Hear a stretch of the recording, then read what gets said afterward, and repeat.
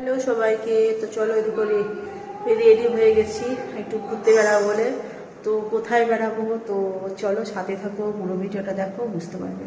তো চলো, কেমন লাগছে দেখো তো এই চশমাটা পরে। এই শর্মা তুই কি ইয়ে অফ করে দিয়েছিস?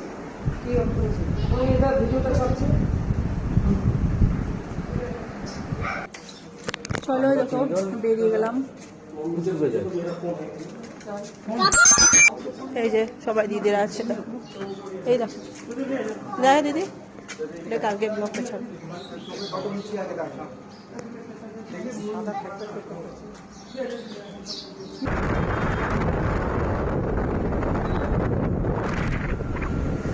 তো চলো দেখো বাইপাসের গেটের কাছে চলে এসেছি।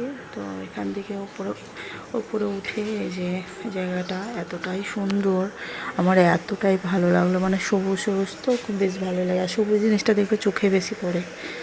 তো ওখান থেকে আসার পর মানে ব্রিজের নিচে এই জায়গাটা খুব সুন্দরই লাগে, এই জায়গাটাতে চলে এলাম। তো এর আগে অনেকবারই নিয়ে এসেছি, অনেকবার বলতে দুবার, এবার নিয়ে 3বার হলো আসা।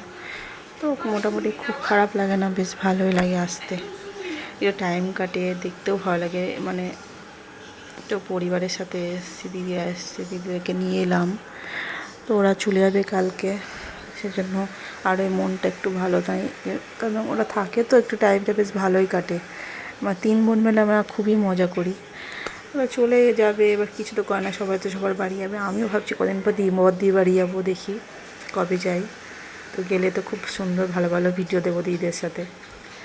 তো চলো, আমার ভিডিওগুলো তোমাদের কেমন লাগছে জানিও, আর যদি ভালো না লাগে তাও জানাবে। তো চলো আজকের মতো এইটুকুই রাখলাম, টাটা, বাই বাই, সাথে থাকো তোমরা।